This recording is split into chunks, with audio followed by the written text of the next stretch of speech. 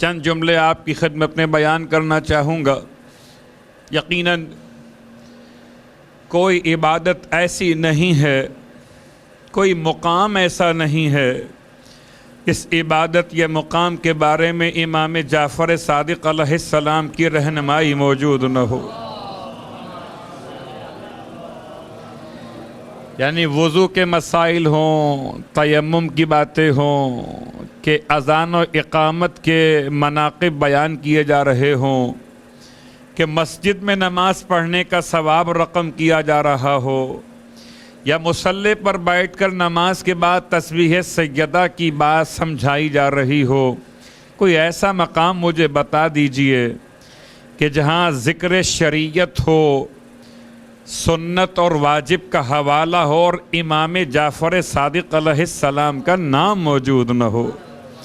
حتیٰ کہ ماتم کے فرش سے لے کر، فرش عبادت سے لے کر، قبر کی باتوں سے لے کر، روز قیامت کے مسائل سے لے کر، خدا کی بارگاہ میں حاضری کے عنوان تک کون سا ایسا عنوان ہے جس کو میں یہ کہہ کر آغاز کروں کہ اس مقام کے بارے میں امام کی روایت نہیں ملتی، بلکہ الفاظ یوں کہے جائیں کہ باقی سارے ائمہ اہل بیت کی محنتیں اپنے مقام پر، ان سب پر ہماری جانیں قربان ہو جائیں، ہمارے ماں اور باپ قربان ہو جائیں، انہی کے فرزند ہیں، انہی کے پیرو ہیں امام علیہ السلام، کہ ہر ایک مقام پر امام کی اتنی احادیث بیان کی گئی ہیں کہ گویا ایسا لگتا ہے کہ مذہب آل محمد، مذہب اثنا عشر کے بجائے مذہب امام جعفر صادق دکھائی دیتا ہے۔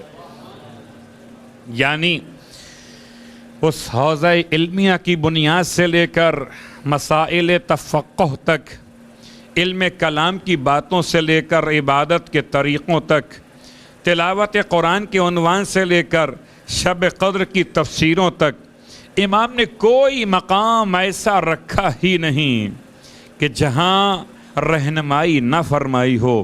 گویا امام علیہ السلام کے تمام تر خدمات کو بیان کرنے کے لیے، آپ کی دعاؤں کو سمجھانے کے لیے ایک مکمل مجلس نہیں بلکہ مکمل عشرہ چاہیے، علماء ہوں، خطبہ ہوں، اور امام کی سیرت کے عناوین پر گفتگو کی جائے۔ امام کا زہد کیا تھا، امام کا علم کیا تھا، امام کا تقوی کیا تھا، امام کا انداز محبت کیا تھا، امام کا طریقہ اخلاق کیا تھا، امام کا مومن کا عنوان حقوق بیان کرنے کا طریقہ کیا تھا۔ امام علیہ السلام کی بارگاہ سے اور روایت بیان کرتے ہوئے بات کو آگے بڑھائیں کہ امام جعفر صادق علیہ السلام ارشاد فرماتے ہیں،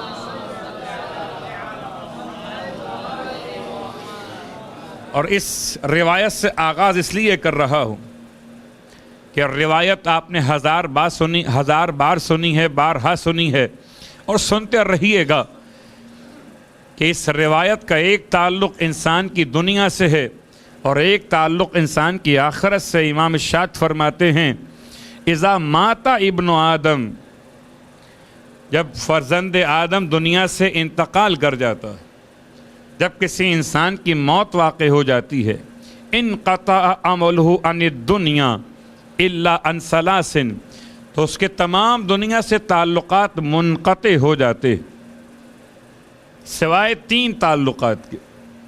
تمام تر اشیاء سے تعلقات ختم ہو گئے۔ کل تک یہ مکان میرا تھا، جب میں نہ رہا تو یہ مکان بھی میرا نہ رہا، اب یہ مکان کس کا ہے؟ کہ اب یہ مکان ورثاء کا ہے، اب یہ مکان صاحبان حقوق کا ہے۔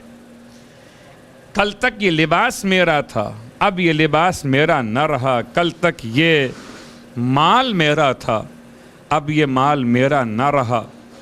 اور اس حد تک امام کے الفاظ نے انسان کو متوجہ کیا۔ ارشاد فرمایا کہ 3 چیزیں ایسی ہیں جو انسان کے مرنے کے بعد بھی اس کے ساتھ ساتھ باقی رہتی ہیں، رابطہ باقی رہتا ہے۔ وہ 3 باتیں کون سی؟ ارشاد فرمایا، صدقۃ جاریہ،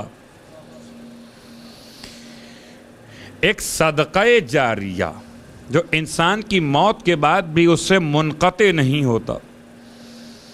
واقعاً صدقہ جاریہ صاحبان مال کے لیے مال دے دینا، اور صاحبان علم کے لیے علم کی بات کا پہنچا دینا، صاحبان تقوی کے لیے تقوی کی بات کا اس طرح سے مکمل کر دینا کہ ریاکاری کی نیت نہ ہو، لیکن اگر میری عبادت کو دیکھ کر کسی کو عبادت کا شوق پیدا ہو گیا تو میں نے تقوی کا صدقہ ادا کر دیا۔ صلوات پڑھے محمد و آل محمد۔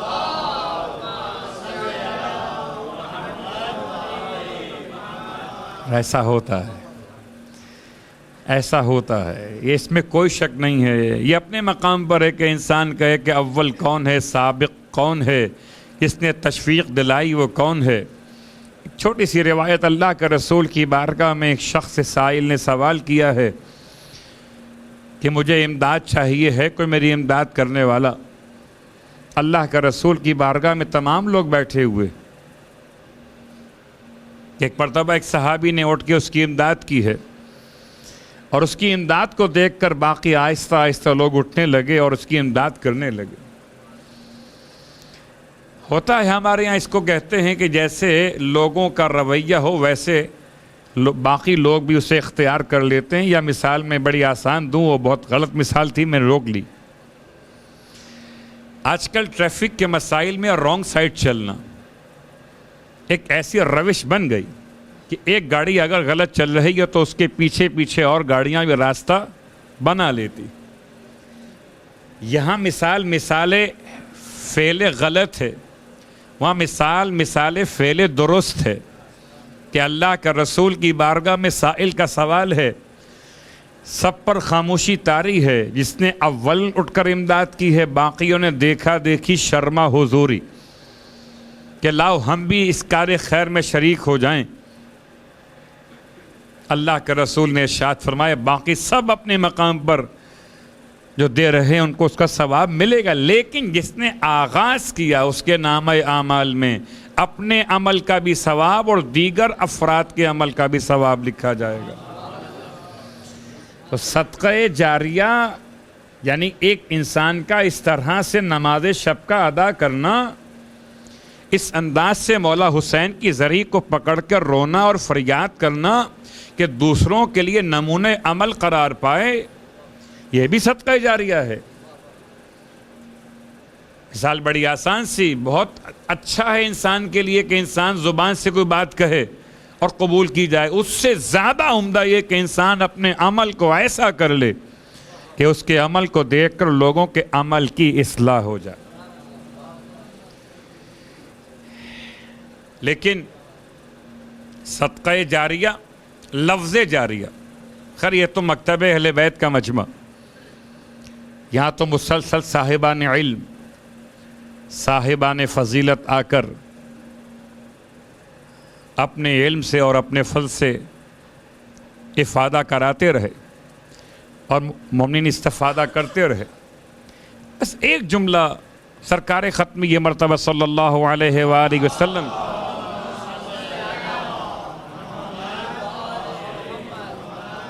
صدقہ جاریہ مرنے کے بعد بھی دیا جاتا ہے اور مرنے سے پہلے بھی دیا جاتا ہے۔ اب ایک سوال، شاید وہ سوال بھی ذرا مشکل سوال ہے اور ماہ رمضان سے متعلق ہے، اور ماہ رمضان سے متعلق سوال کی یہاں کیا ضرورت پیش آ گئی؟ اس لیے پیش آئی ضرورت کہ میں سوچتا ہوں کہ معصوم نے ایسا کیوں نہ کیا کہ منصور دوانقی کے دربار میں بیٹھے رہتے کم از کم شیعت کی نمائندگی تو ہوتی۔ بہت غور کیجئے گا، میرا جملہ بہت سخت، صلوات پڑھے محمد و آل محمد۔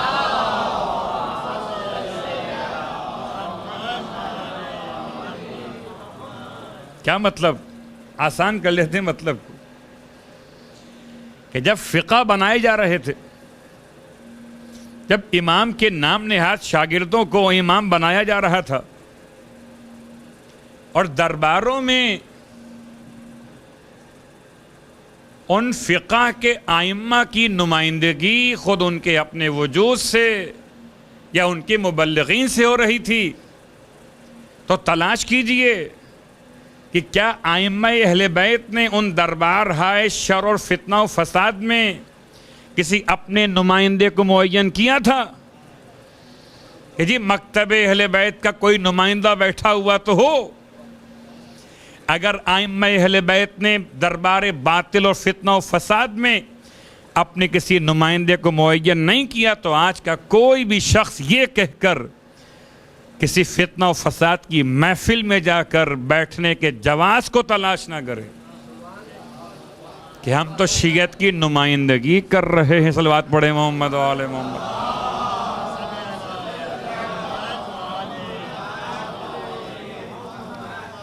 ایک مسئلہ صاحبان علم کا، ایک مسئلہ صاحبان ایمان کا، صاحبان علم کا مسئلہ صاحبان علم کے ساتھ۔ ہم تو صاحبان ایمان کی باتیں کر رہے ہیں۔ صاحبان ایمان کا مسئلہ کیا؟ کسی مقام پر بھی انسان جائے تو کیا دیکھے کہ شرعاً جانا جائز ہے کہ حرام ہے؟ آغائے سیستانی سے مسئلہ بعد میں پوچھے، پھر روایات کی روشنی میں خود سمجھے کہ اس کی شرعی ذمہ داری کیا ہے۔ مسئلہ استنباط نہیں ہے یہ کہ استفتاء کیا جائے۔ استفتاء کب ہوگا؟ جبکہ نص صریح موجود نہ ہو۔ استفتاء کب ہوگا؟ جبکہ آیت محکمہ موجود نہ ہو۔ استفتاء کب ہوگا؟ جبکہ معصومین کی روش موجود نہ ہو۔ استفتاء کب ہوگا؟ جبکہ علماء ما سبق کا کوئی انداز موجود نہ ہو، تب پوچھئے گا نا۔ لیکن اگر سیرت معصوم، آیات قرآن، احادیث پیغمبر اور علماء ما سبق کا طریقہ موجود ہو تو چلیے بات کو اور آسان کر لیتا ہوں، کہیں کوئی یہ خیال نہ کیا جائے کہ جواب کہاں رہ گیا۔ جواب بڑا آسان سا ہے۔ ہر اس مقام پر جانا شرعاً جائز ہے جہاں انسان کا دین اور ایمان خطرے میں نہ ہو۔ بہت توجہ کے ساتھ، دین اور ایمان خطرے میں نہ ہو۔ اور ہر اس مقام پر جانا حرام ہے۔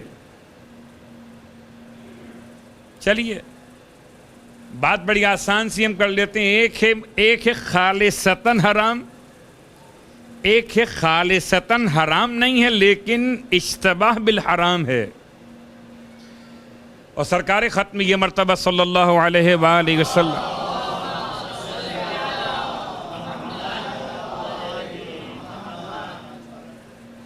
اللہ کے رسول ان دونوں مقامات سے بالکل الگ ہیں۔ یہودیوں نے پیغمبر کا امتحان لیا تھا کہ ہم نے سنا کہ پیغمبر کی پہچان یہ کہ وہ حرام نہیں کھا سکتے۔ پہچان کیسے ہو؟ اختبار کیسے کیا جائے؟ کہ جملہ ہے واقعے کا، تاریخ کا، کہ ایک ایسا گوشت کہ جو حیوان چوری کیا گیا تھا، اس کے گوشت کو تیار کر کے پیغمبر کی بارگاہ میں بھجوایا گیا۔ جن کا مسئلہ شرعی مختلف تھا ان کے لیے اور بات تھی، پیغمبر نے ہاتھ بڑھایا ہی نہیں۔ پوچھا گیا آپ کیوں نہیں کھاتے؟ یہ تو حلال ہے۔ ارشاد فرمائے میرے پروردگار نے مجھ پر مال حرام سے اجتناب لازم قرار دیا، اور میرا پروردگار حرام سے میری حفاظت فرماتا ہے۔ پھر آزمایا گیا، اچھا یہ مال حرام تھا، خالصتاً چوری کا مال تھا، اب مال حرام اشتباہ کیا جائے جو حرام سے مشتبہ ہو، اس سے اختبار کیا جائے۔ بغیر پیسے دیے ہوئے ادھار پر لے لیا، نیت یہ تھی کہ دیں گے نہیں، نیت یہ تھی کہ دیں گے، اور اس کے بعد لے کر اللہ اکبر پیغمبر کی بارگاہ میں پیش کیا گیا۔ آپ نے ہاتھ پھر روک لیا، پوچھا گیا اب کیا مسئلہ ہے؟ کہ میرے پروردگار نے جیسے مجھے حرام سے بچایا ویسے مجھے اشتباہ بالحرام سے بچایا ہے۔ انسان مکروہات سے کیوں بچنا چاہتا ہے؟ تاکہ محرمات کا زینہ نہ قرار پائے۔ ماہ رمضان، راتیں متبرک، اور پھر ایسے پروگرامز میں شرکت دینی سوالات کے نام سے، انبیاء کے قصوں کے نام سے، اور مولائے کائنات کے فضائل کے بیان کے نام سے. تو کیا مولائے کائنات کے فضائل اگر بیان ہوں دربار حاکم شام میں، تو کیا حاکم شام کے دربار میں جا کے بیٹھنے کی اجازت ہو گئی؟ یہ کہہ کر کہ ہم مجلس ولایت علی ابن ابی طالب میں شرکت کے لیے جا رہے ہیں، نہیں.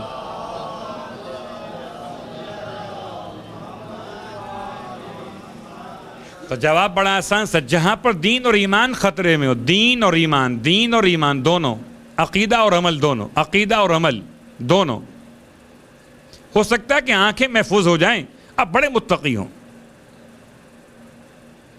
لیکن وہاں بیٹھے ہوئے افراد جو سوالوں کے جوابات دیتے ہیں، ان کے کسی ایک جواب کو سن کر اگر آپ کا عقیدہ متاثر ہو گیا،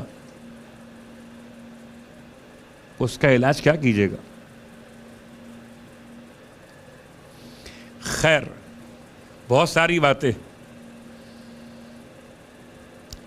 میں کون کون سی مثالیں بیان کروں. کبھی سوچئے گا کہ نائی کی دکان پر جاتے ہوئے کبھی تصور کیا ہے کہ نائی سے رقم واپس لینا کھلے کراتے ہوئے اشتباہ رکھتا ہے؟ کیا مطلب ہے؟ کہ نائی دو کام کر رہا ہے، ایک جائز کر رہا ہے، ایک حرام کر رہا ہے. اس کا مال حلال مخلوط بحرام ہے. جی میڈیا پر تو نعتیں بھی آتی ہیں. مجھے بڑا خیر افسوس ہوا تمام مسائل کو معلوم کرتے ہوئے. صدقہ جاریہ بہت ڈر لگتا ہے کہ اگر کوئی صاحب علم اپنے مخصوص لباس کے ساتھ کسی ایسے مقام پر تشریف فرما ہو کہ اس کے بیٹھنے سے لوگوں کو تشویق پیدا ہو، تو یہ صدقہ جاریہ عذاب جاریہ ہے. تشویق پیدا ہو کہ میں نہیں جاتا تھا، میں اس لیے جاتا ہوں کہ آپ بھی جاتے ہیں. امام فرماتے ہیں کہ انسان جیسے ہی مرے گا اس کے سارے رشتے ختم ہو جائیں گے. اللہ اکبر.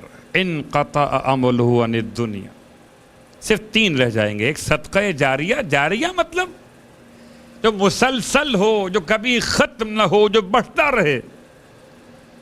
ایک دے کر گئے تھے، 1 سے 10 بنے، 10 سے 70 بنے، 70 سے 700 بنے، 700 سے ہزاروں اور لاکھوں میں تقسیم ہو جائے. صدقہ جاریہ جو کبھی کم نہ ہو. پھر امام فرماتے ہیں دوسرا سنت حسنہ، یعنی انسان دنیا سے چلا گیا، اگر کوئی ایسی روش قائم کر کے گیا جس پر لوگ عمل کر رہے ہو. اب یہ خاندانوں کی مثالیں ہیں، میں کیا کسی کا نام لوں؟ ہمارے یہاں تو بڑے مسائل ہیں. لوگ عقیدت کی عجیب عجیب باتیں کرتے ہیں اور عقیدت کی باتوں کو عقیدہ کہتے ہیں. اب بات کی جائے قوال کے اعتبار سے تو صابری کی بات تو کر رہے تھے، یا بات کر رہے تھے وہ عبدالستاریدی کی. حیرت ہے کہ ہمارے یہاں کیا کریکٹر موجود نہیں ہیں، کہ ہمارے یہاں آئیڈیل موجود نہیں ہیں. کیا شیخ مفید سید مرتضی علم الہدیٰ، کیا آغائے بہجت، آغائے وحید خراسانی اور سید حسن نصر اللہ، یا اور بہت سارے ایسے کہ جن کے نام بہت کم مشہور ہیں، بہت لوگ موجود ہیں. اگر روش قائم کرنا چاہتے ہیں تو ان کی روش قائم کیجیے. کوئی ایسا نظام بنا کے جائیے خاندانوں میں. مشترکہ مجلس ایصال ثواب روش ہے، مشترکہ شادیاں روش ہے، شادیوں میں کھانے کی کمی روش ہے، جہیز کو مناسب انداز میں لے کر آنا روش ہے، اسلامی شادی کا انداز اختیار کرنا روش ہے، نکاحوں کا امام بارگاہ میں انعقاد روش ہے، قائم کیجئے۔ اپنے علاقے میں دعائیں توسل و دعائیں ندبہ کا عنوان قائم کیجئے، روش ہے۔ اور جو اچھی روش قائم کرے گا، امام جعفر صادق علیہ السلام ارشاد فرماتے ہیں،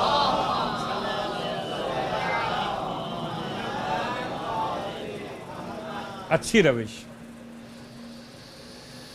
واقعاً انسان دنیا سے چلا جائے گا، امام فرماتے ہیں، مگر روش جو سنت حسنہ ہو۔ کچھ لوگ ہیں جو بدعت حسنہ کی بات کر رہے تھے، امام نے اپنے ماننے والوں کے لیے سنت حسنہ کی بات کی۔ اور تیسری اور آخری بات امام فرماتے، اولاد صالح۔ ویسے تو بہت سارے انداز ہیں امام کی سیرت کے، لیکن تربیت کے باب میں بچے کا نام رکھنے سے لے کر بچے کے اول روز کے تمام مستحبات سے لے کر اور آخر تک ہر ایک پہلو کو امام نے مکمل بیان کیا ہے۔ آئیے امام علیہ السلام کی ایک اور روایت جو میرے اور آپ کے لیے اب روش بن سکتی ہے امام کی سنت پہ عمل کرتے ہوئے۔ امام ارشاد فرماتے کہ تمہیں چاہیے کہ تم اپنے سے بڑے افراد کا بھی احترام کرو، اور تمہیں چاہیے کہ تم اپنے جو تمہارے ہم سن افراد ہیں، ہم عصر ہیں، ان کا بھی احترام کرو، اور جو تم سے کم سن ہیں ان کا بھی احترام کرو۔ راوی کو ہضم نہیں ہوا، راوی نے سوال کر لیا، ہم تو سمجھتے ہیں مولا کہ کبھی ہمارا بھی احترام کیا جائے، چھوٹے ہمارا احترام کریں، کہ ہمارے دوستوں میں سے کیا ان سے احترام کیا جائے۔ امام سے سوال کیا کہ مولا ان تمام کا سبب کیا ہے؟ حکمت کے بغیر تو امام کوئی بات بیان فرماتے ہی نہ تھے۔ ارشاد فرمایا، اس نے جو فرزند رسول ہے کہ دیکھو جو تم سے بزرگ ہے اس کا اس لیے احترام کرو کہ اس کا زمانہ تکلیف تمہارے زمانہ تکلیف سے زیادہ ہے۔ کیا مطلب؟ اس جملے کو آسان کرتے، زمانہ تکلیف یعنی میں جب بچپنے میں کوئی نامہ اعمال بند ہونے کی بنیاد پر جو اعمال انجام دیا کرتا تھا، وہ اعمال میرے والدین کے نامہ اعمال میں لکھے جاتے تھے۔ بچے کا مجلس میں آنا، بچے کے نامہ اعمال تو بند ہیں ابھی، کہ رفع القلم عن الصبی والنائم والمجنون، قلم اٹھا دیا گیا 3 پر سے، بچے پر سے، سونے والے پر سے، اور مجنون پر سے۔ تو بچے پر کوئی تکلیف وارد نہیں ہے جب تک کہ عاقل و بالغ نہ ہو جائے۔ اب جو یہ اعمال کرے گا، مجلس میں آ کے بیٹھے گا، ثواب کسے ملے گا؟ والدین۔ یہ شرارت کرے گا اور اس کی اصلاح کریں والدین، ثواب کسے ملے گا؟ والدین۔ یہ سجدگاہ اور تسبیح کے پاس آ کر بیٹھے، یہ نماز کی شکل اختیار کرے، ثواب کس سے ملے گا؟ تو میرا نامہ اعمال کھلا کب سے؟ جب سے میں عاقل و بالغ ہوا۔ اور امام فرماتے ہیں کہ تم اپنے سے بڑے کا احترام اس لیے کرو کہ اس پر نماز واجب ہوئی تھی، اس پر روزہ واجب ہوا تھا، اس پر خدا کے سجدے واجب ہوئے تھے تم سے پہلے، اور تم پر خدا کے سجدے واجب ہوئے اس کے بعد، تم پر نمازیں واجب ہوئیں اس کے بعد۔ آسان کر لیتے، اس سال ماہ رمضان کے روزے جو عاقل و بالغ ہو گیا قمری اعتبار سے، اس نے واجب کی نیت سے رکھے، جو پچھلے سال عاقل و بالغ ہوا تھا وہ 1 سال مقدم۔ صلوات پڑھے محمد۔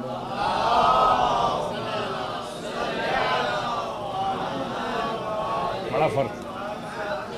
اپنے سے بزرگ، ہمارے یہاں لوگ کوتاہیوں سے احترام کا معیار بناتے ہیں. یہ گناہ گار ہے, یہ خطا کار ہے, یہ معصیت کار ہے, اس سے کیا ملنا, ارے یہ تو مومن نہیں ہے, اس کا احترام کیا کرنا.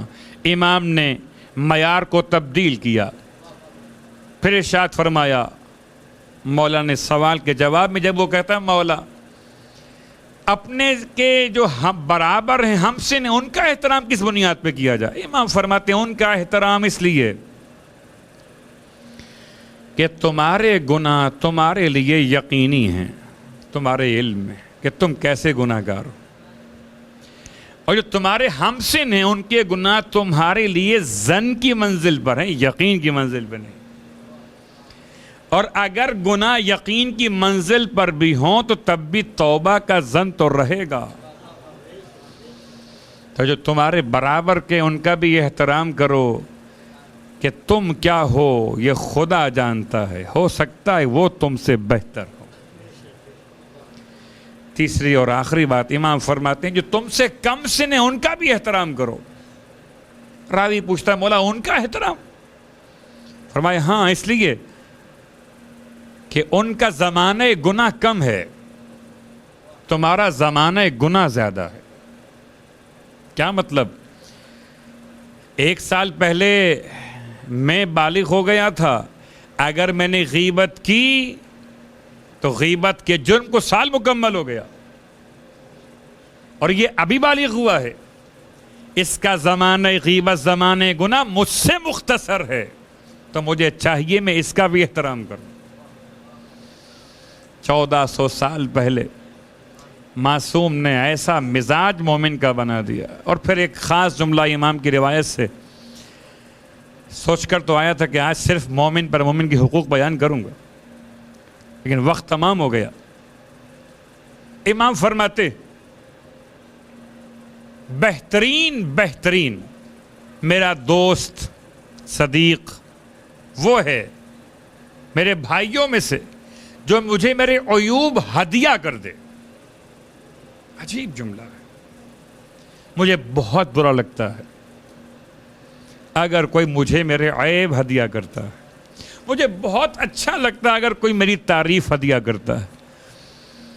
یہ ممبر کا مسئلہ ممبر کے ساتھ, ہر مومن کا مسئلہ اس مومن کے ساتھ. بھلا تنقید کس کو اچھی لگتی؟ صلوات پڑھے محمد والے محمد.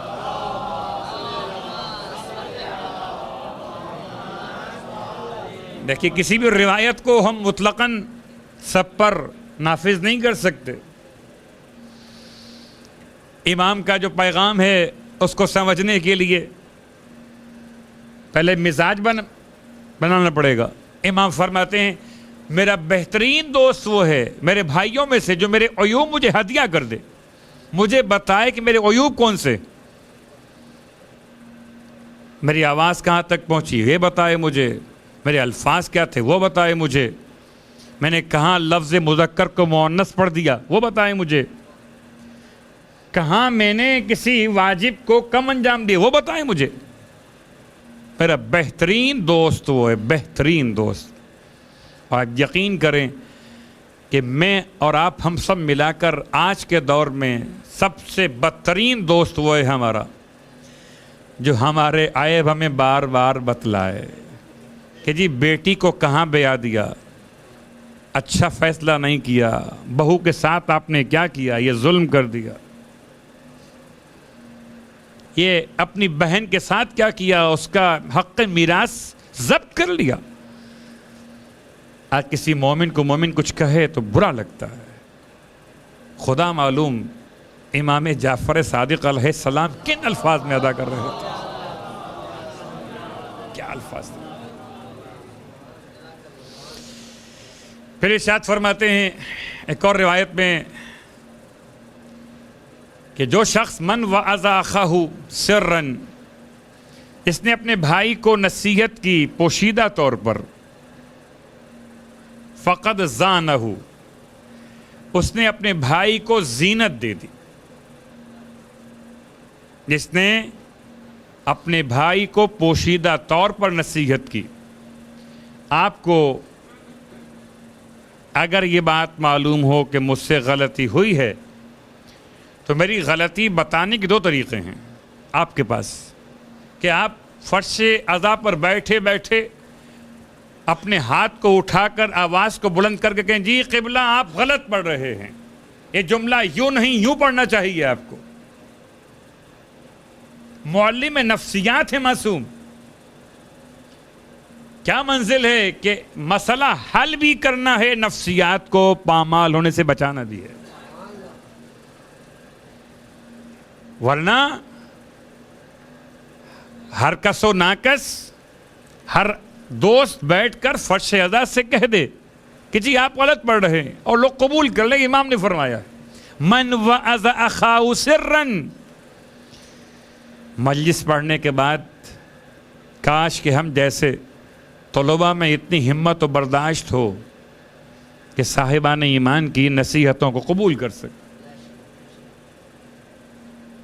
عجیب ہے واقعاً، ہم یہ تو چاہتے ہیں کہ صاحبان ایمان ہماری نصیحت قبول کریں، یہ ہم نہیں چاہتے کوئی ہم کو نصیحت کرے۔ حالانکہ نصیحت ہو یا کوئی اچھی بات ہو کسی مومن کی زبان پہ جاری ہو، یہ خدا بہتر جانتا ہے۔ اور خود امام جعفر صادق علیہ السلام اپنے مشورے کے بعد،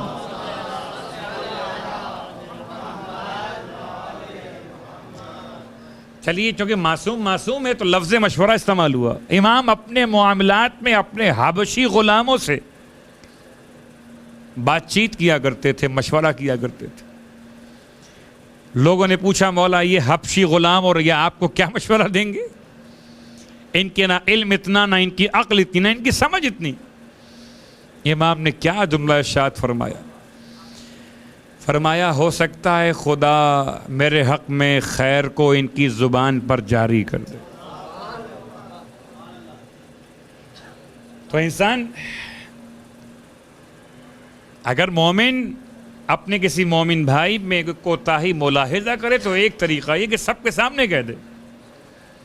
سب کے سامنے کہا تو فقط شأنہ ومن وعظ اخاہ علانیۃ فقط شأنہ، وہ لفظ امام نے استعمال کیا جو سورہ الکوثر میں خدا نے استعمال کیا، ان شأنک ھو الابتر۔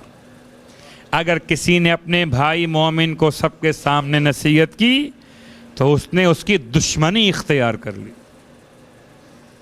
اس سے دشمنی کا اظہار کر دیا۔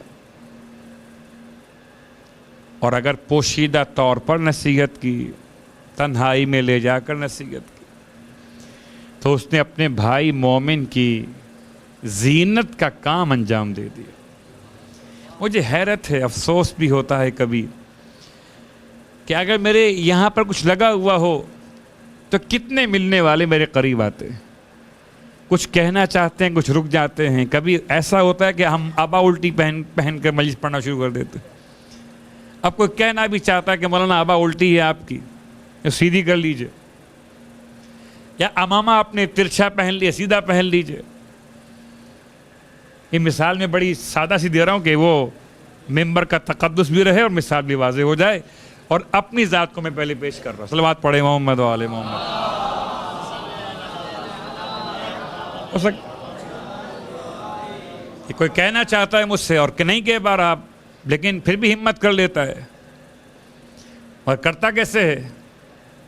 اس کا طریقہ کار کیا ہوتا ہے؟ قریب آتا ہے، مولانا ایکسکیوز می، ذرا توجہ کیجیے گا، یا سوری پلیز مولانا یہ آپ کا یہ شاید یہاں کچھ لگا ہوا ہے، اگر اس کو ہٹا تو اس کا یہ ہٹانے کا انداز کتنا اچھا لگتا ہے۔ لیکن یہ مومن ہمت کیوں نہیں کرتا جب مجھے غیبت کرتے ہوئے دیکھتا ہے، جب مجھے تہمت لگاتے ہوئے دیکھتا ہے، جب مجھے نماز کے وقت میں کسی اور کام میں مصروف بالکل خاص طور سے دیکھتا، ہمت کیوں نہیں کرتا کہ میری اصلاح کر دے؟ حق ہے مومن پر مومن کا کہ اگر اسے کسی برائی میں مبتلا دیکھے تو اس کی اصلاح کرے، مگر کیسے؟ من وعظ اخاہ سرا، پوشیدہ طور پہ کر۔ اس لیے کہ لباس تبدیل کیا جاتا ہے تنہائی میں، اور لباس میرے بدن کے عیب چھپاتا ہے۔ سب کے سامنے یہ عیب ظاہر نہیں ہوتے، جو کہ لباس عیب چھپا لیتا ہے۔ اگر کوئی مومن میرا لباس بننا چاہتا ہے تو تنہائی میں میرے عیبوں پر پردہ ڈال دے، تاکہ جب سب کے سامنے عجیب کیفیت ہے واقعاً۔ خود پسندی اتنی طاری ہو گئی ہے کہ اپنے علاوہ کسی اور کی تعریف سننا قبول نہیں ہے، تو میں اپنے مومن بھائی کی زینت کیوں بنوں، اس کی کوتاہیاں کیوں دور کروں؟ میں تو چاہتا ہوں کہ وہ اور کوتاہی کرے تاکہ اس کی منزلت کم ہو اور میرا مقام بڑھتا چلا جائے۔ عجیب کیفیت ہے، خدا معلوم ہم کب جعفری بنیں گے۔ صرف فقہ جعفر صادق پر عمل کر لینے سے انسان جعفری نہیں ہوتا۔ ارے وہ تو امام مالک کے ماننے والے، امام ابو حنیفہ کے ماننے والے، امام شافعی کے ماننے والے جب کسی مشکل میں گرفتار ہوتے ہیں تو فقہ امام جعفر صادق ان کو مشکل سے نکال لیتا ہے۔ اگر کوئی وقت مشکل میں امام جعفر صادق کی فقہ پہ عمل کر رہا ہو تو جعفری نہیں ہوا ہے جب تک کہ سیرت جعفر صادق کو اختیار نہ کر لے۔ برحمتك يا أرحم الراحمين وصلى الله على محمد وآله الطاهرين